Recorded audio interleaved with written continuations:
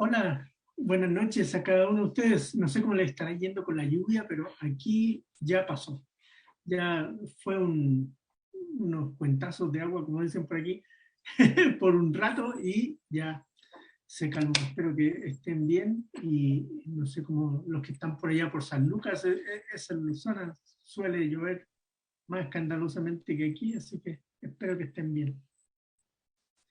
Miren, quería contarles ahora en estos minutos una cosa que fue la que me motivó a trabajar y desarrollar el tema que me llevó mi tesis. Aquí en el seminario, por muchos años he enseñado el libro Santiago y es un libro que me apasiona. Hay un montón de cosas que he ido aprendiendo a través de los años y cuando salí de estudios doctorales quería trabajar con el libro Santiago. ¿Qué cosa en el libro Santiago? Todavía no tenía muy claro eso, pero sí a medida que estudiaba mi doctorado, estaba pendiente hasta que en una de las clases que tomé sobre el uso del Antiguo Testamento en el Nuevo Testamento, dije, oh, está interesante, ese tema me gustó, voy a ver, porque no recordaba haber leído um, libros sobre alguien que hubiese estudiado a profundidad el tema. Eso era una ventaja para un estudio doctoral, porque siempre hay que buscar algo que sea como novedoso. Pero sí había, por supuesto, gente que ha escrito cosas del Antiguo Testamento de Santiago, pero algo que yo noté es que Santiago cada vez que habla de los ricos y los pobres, usa el Antiguo Testamento, ya sea explícitamente, vamos a mirar ejemplos en un ratito más, o implícitamente, así como alusiones, cosas que suenan como Antiguo Testamento. Y entonces quise explorar cómo Santiago usa el Antiguo Testamento. No simplemente qué pasajes usa, sino cómo los usa en su discurso. ¿Para qué está citando la Biblia, en el fondo? ¿Sí? Y eso fue un trabajo que me resultó muy iluminador. Y algo que descubrí en mi investigación es que, como les decía, cada vez que Santiago habla de los ricos y los pobres, usa el Antiguo Testamento. Pero no solo usa el Antiguo Testamento. Um, recuerden que Santiago debe haber escrito su texto más o menos a fines del año 49 o inicios del año, sí, fines del año 40, inicio de los años 50, 48, 49, 50, no sé, quizás por ahí. A esa altura de la vida no se ha escrito ningún evangelio, ni siquiera Marcos, ¿sí? Ningún evangelio. Todas las enseñanzas de Jesús circulan de manera oral. La gente cuenta lo que oyó decir a Jesús y los discípulos cuentan y predican eso mismo, ¿no? Y algo que también encontré es que no solo cada vez que habla de ricos y pobres cita el Antiguo Testamento, sino que también de vez en cuando cita palabras de Jesús. Eso sí, interesantísimo en el libro de Santiago. En el libro de Santiago aparece varias veces alusiones a lo que conocemos hoy como el Sermón del Monte, pero más parecido a la versión de Lucas, que se llama ahí el Sermón del Llano. Pero vamos a ver ejemplos en un ratito más y usted va a decir, oh, sí es cierto, eso está ahí en Mateo o en Lucas. ¿Sí? Um, eso sí fue muy novedoso para mí, el darme cuenta de esas cosas. Entonces, lo que aprendí es que no solo usa el Antiguo Testamento cada vez que habla de los ricos y los pobres, sino además usa de vez en cuando las palabras de Jesús. La cosa es cómo las usa, y eso es lo que yo estaba tratando de entender e investigar. Y llegué a la conclusión de que lo que hace Santiago es que en vez de decir yo soy el apóstol aquí, yo mando y ustedes van a hacer esto y esto otro porque yo soy el apóstol, Pablo a veces tiene que hacer eso con sus iglesias que no muy bien portadas quieren ser, como a veces pasa con los corintios, ¿no? Este, No, Santiago no apela a sí mismo. Lo que él hace es, deben actuar de esta manera o deben dejar de actuar de esta manera, no porque lo diga yo, sino porque las escrituras lo dicen o porque el Señor Jesús lo dice. Entonces, de esa manera Santiago construye la ética de la pobreza y riqueza en el libro usando, cada vez usando el Antiguo Testamento o las palabras de Jesús o las dos cosas juntas. Interesante, ¿no? ¿Cómo es que al mirar los autores del Nuevo Testamento, quizás no se habían percatado ustedes que los autores del Nuevo Testamento usan muchísimo el Antiguo Testamento? Lo usan de diversas maneras y vamos a ir viendo a lo largo de los ejemplos, vamos a ir viendo que se usan, por ejemplo, citas directas. Santiago tiene poquitas citas directas, pero tiene algunas citas directas. También a veces los autores, y Santiago eso lo usa más frecuentemente, hace alusiones, o sea, usa frases y palabras que si uno conoce el texto bíblico rápido lo asocia. ¿Recuerdan ese juego que no, bueno, los jovencitos hoy no tienen idea de qué significaría ese juego? De Buscando Perlas o la esgrima bíblica, ¿sí? Que uno se ponía a leer un texto y las personas tenían que rápidamente buscar el texto y repetir el texto de donde uno estaba leyendo o decir qué texto era el que uno estaba diciendo, ¿no? Ese es Buscando Perlas. ¿Sí? Y el de esgrima bíblica es que uno decía una cita y las personas con la Biblia cerrada, entonces repetía la cita y luego bajaba la Biblia y a buscarla rápido a ver quién la encontraba primero. Esto de las alusiones se parece un poco a eso, al buscar perlas, donde uno mira textos y uno dice, oh, esto se parece a algún pasaje del Antiguo Testamento. Eso lo hacen los autores del Nuevo Testamento frecuentemente porque asumen que su audiencia conoce los textos. Es como cuando en la iglesia uno dice, ustedes saben, hermanos, que el Señor es nuestro pastor. Y todos vamos a decir, ah, sí, pues el Salmo 23.1 dice, Jehová es mi pastor. Entonces, al yo decir, el Señor es nuestro pastor, ustedes conectan con el Salmo 23.1 rápido. Aunque no están las mismas palabras en el mismo orden, pero se parecen bastante, ¿no? Eso se llama alusión. Y vamos a ver varias alusiones. Santiago usa bastantes alusiones al Antiguo Testamento. Y también vamos a ver que Santiago usa ejemplos de personajes del Antiguo Testamento como modelos para imitar o para no imitar. Aunque en el caso de Santiago él lo usa bastante en el sentido de personajes que hay que seguirles el ejemplo. Va a hablar de Abraham, de Rahab, de Elías, como ejemplos a imitar. Esas son formas en que los autores del Nuevo Testamento suelen evocar el Antiguo Testamento. Así que mal hacemos nosotros con no leer el Antiguo Testamento, porque si no leemos el Antiguo Testamento nos estamos perdiendo mucho al leer el Nuevo Testamento porque no conectamos los puntos que se asume que se conocen. Y solo para ilustrarles cuánto del Antiguo Testamento asume el Santiago que sus lectores conocen, en Santiago capítulo 5, Santiago dice,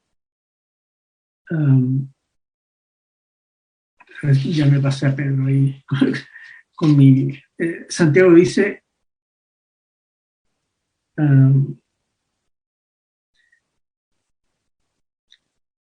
mirad que tenemos por bienaventurados los que sufrieron, habéis oído de la paciencia de Job y habéis visto el resultado del proceder del Señor. O sea, ustedes conocen la historia de Job y saben cómo termina la historia. Y dice, espérate, ¿de cuál Job me está hablando? Claro, si uno no conoce la historia bíblica, no sabe de qué Job está hablando, ¿no? Pero si conoce la historia, sabe quién es Job y cómo termina la historia, que Dios finalmente lo restauró. Sí, o Elías, dice, Elías era un hombre de pasiones semejantes a las nuestras. ¿Qué Elías? Elías Colón.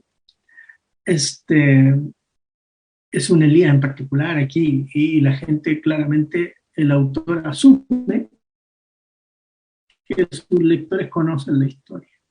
O en Raab también es muy cortito. Asimismo, Raab mandó por otro camino a los espías, bueno, a los mensajeros. Eso asume que uno conoce la historia de Josué y la conquista. Así que eso nos reta a nosotros, como lectores del siglo XXI en Guatemala, a leer el Antiguo Testamento para poder familiarizarnos lo suficiente como para más o menos entender cómo habría entendido esa primera audiencia. Los creyentes, sobre todo como en la Carta de Santiago, que son creyentes mayoritariamente judíos, ellos probablemente oían en la sinagoga todas las semanas recitar las escrituras, así que las tenían muy frescas en su mente. Las historias grandes del Antiguo Testamento o los profetas o salmos, eso estaría en su mente. Así que cuando vamos a Santiago, vamos a ir viendo esos detalles. Así que aprovechemos estos minutos que nos quedan para ver ejemplos. Y si tiene su Biblia ahí a la mano, abra su Biblia y hagamos una técnica que funciona bien con los libros físicos, con los digitales no, pero con los libros físicos funciona donde uno dice, veamos este versículo aquí, ahora vamos al Antiguo Testamento y mantenga su mano en el libro de Santiago. Entonces, en el dispositivo digital no hay cómo, aunque uno puede ir y volver, no tiene el mismo efecto visual, pero bueno, estamos en Santiago. La primera vez que Santiago habla de ricos y pobres es en el capítulo 1, versículos 9 al 11.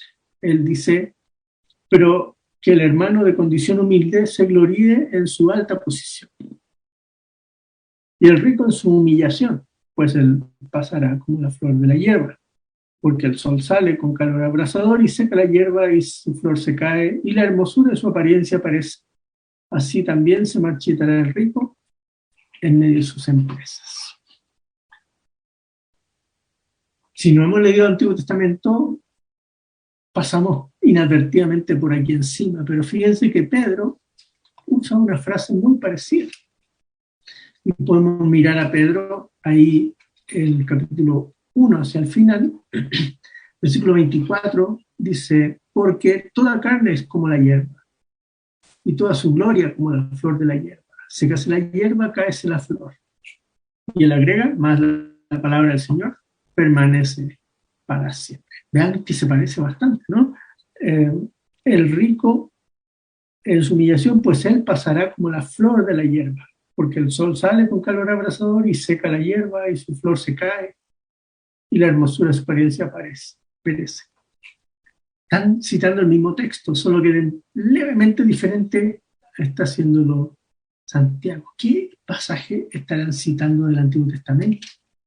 Ambos están citando un pasaje del Antiguo Testamento. Si tienen sus Biblias con referencias cruzadas, pueden poner un dedo, por ejemplo, en 1 Pedro 1:24, ir a la orilla y buscar cuál es el pasaje del Antiguo Testamento que aparece ahí en la referencia cruzada. Lo mismo pasa en Santiago, ¿sí? Solo que Santiago es menos directo que Pedro. Ambos están citando Isaías 40, 6 y 7. Isaías 40, 6 y 7. Isaías 40 es justo el capítulo que inicia la segunda sección del libro de Isaías, donde habla del precursor que prepara el camino para el Señor en el desierto. Y llega el versículo 7 y ahí está. El versículo 6 en español dice la segunda parte, toda carne es hierba y todo su esplendor es como la flor del campo. Sécase la hierba, marchítase la flor, cuando el aliento del Señor sopla sobre ella, en verdad el pueblo es hierba. Sécase la hierba, marchítase la flor, mas la palabra de Dios, nuestro Dios, permanece para siempre. Hay pequeñas diferencias en la traducción que tenemos de Isaías 40, porque nuestras versiones en español vienen del hebreo y los cristianos citaban el texto griego, la Septuaginta. Por eso se produce cierta diferencia en, las frases y algunas palabras que aparecen, otras que no, pero bueno, eso da para otra ocasión. Lo que sí aquí es importante notar entonces es que en Isaías 40 son los babilonios, esa toda carne que va a ser consumida y Dios va a liberar a su pueblo del cautiverio de Babilonia y lo va a traer de vuelta a Sion. Y es una promesa de juicio, donde Dios va a castigar a los babilonios, a toda carne. Y Santiago lo que hace es una aplicación de esas personas impías y lo aplica a los ricos. Interesante, ¿no? Los ricos. ¿Por qué los ricos? Porque en Santiago los ricos, Santiago limita el uso de la palabra ricos solo a aquellas personas con recursos económicos que actúan con injusticia. Esos son los ricos en Santiago. A diferencia de otras personas con dinero que no lo llama ricos. Por ejemplo, el capítulo 4 dice, oíd ahora los que decís, hoy y mañana iremos a tal o cual ciudad y pasaremos allá un año. Haremos negocio y tendremos ganancias. Y sigue hablando, ustedes no tienen que actuar con esa arrogancia, tienen que decir si Dios quiere. ¿Sí? Esos son empresarios que tienen la capacidad de ir a otro país, estar un año allá y hacer ganancias. Eso no es la señora de la tiendita, ni la de tortillería. ¿Sí?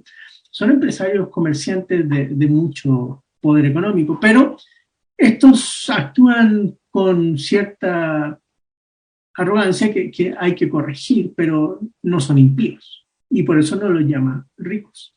En cambio, en el capítulo 1, aquí los llama ricos y les dice que van a ser castigados. Luego en el capítulo 2, estos ricos blasfeman el nombre que ha sido dado con imposición de manos sobre los creyentes. Y en el capítulo 5, aúllan porque Dios los castiga por las cosas que han hecho ellos de retener el salario de los trabajadores, etc.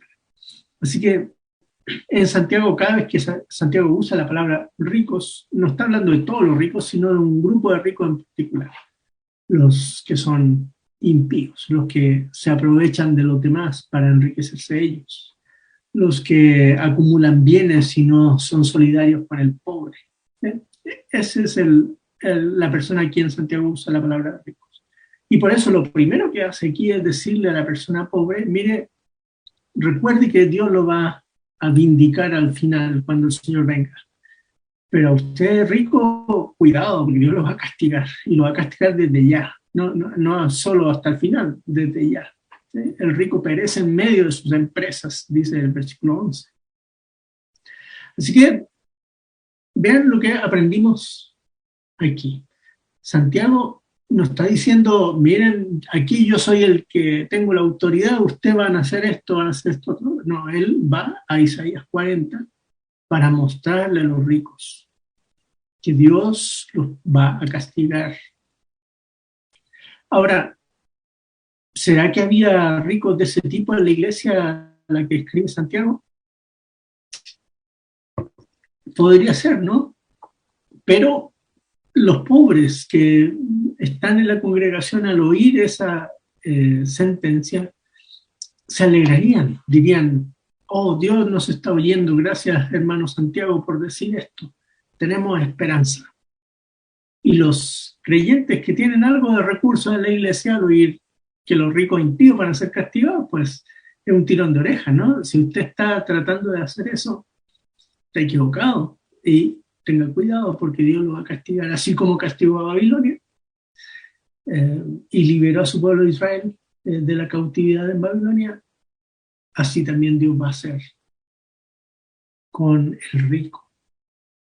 Vean, todo lo que uno puede aprender simplemente con mirar cómo Santiago está usando ese pasaje en este primer texto. El siguiente pasaje que habla de pobres y ricos es el tipo de religión, de adoración a Dios, que a Dios le agrada, hacia el final del capítulo. Y él habla que la religión pura y sin mancha delante de Dios y Padre es esta, visitar a los huérfanos y a las viudas de sus aflicciones y guardarse sin mancha del mundo. Aquí Santiago no está citando un texto en particular, pero sí una enseñanza que es muy recurrente en el Antiguo Testamento, muy recurrente. Y solo para ilustrarles, quiero que busquen conmigo en Isaías capítulo 1, y ahí hay unas reflexiones que hace, vean que ya cité Isaías 40 y ahora Isaías 1.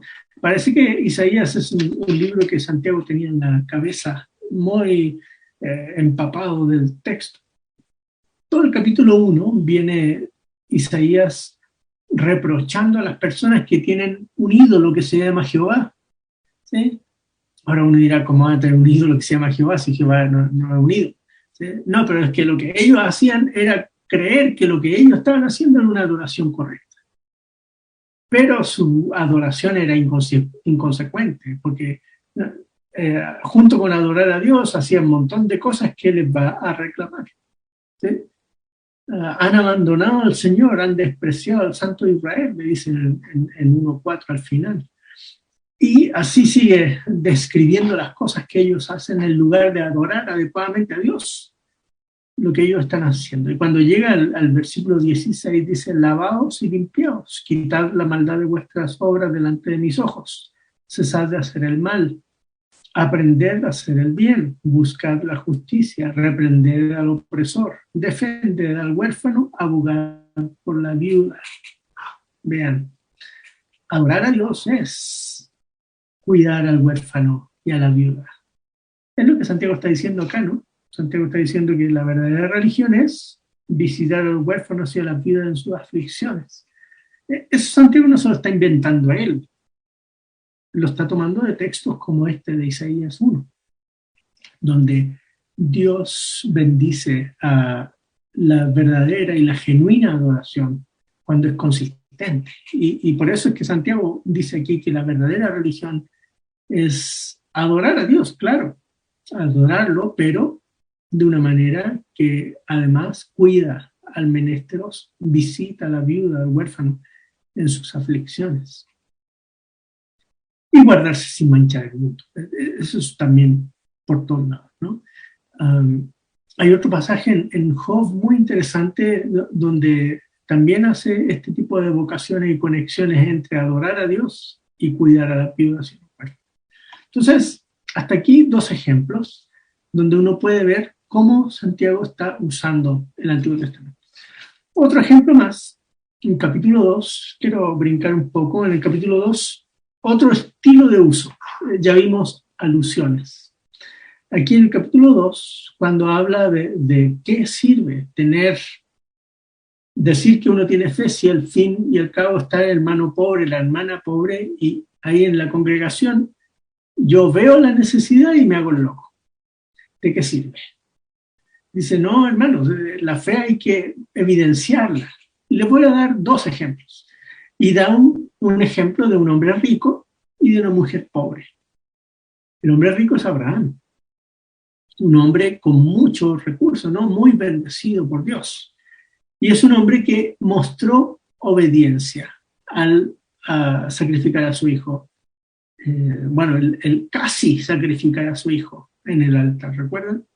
Y cuando estaba con el cuchillo a punto de sacrificarlo, Dios le dice, no, espérate. Y un ángel le dice, y aparece un animal ahí y lo sacrifica en lugar de su hijo.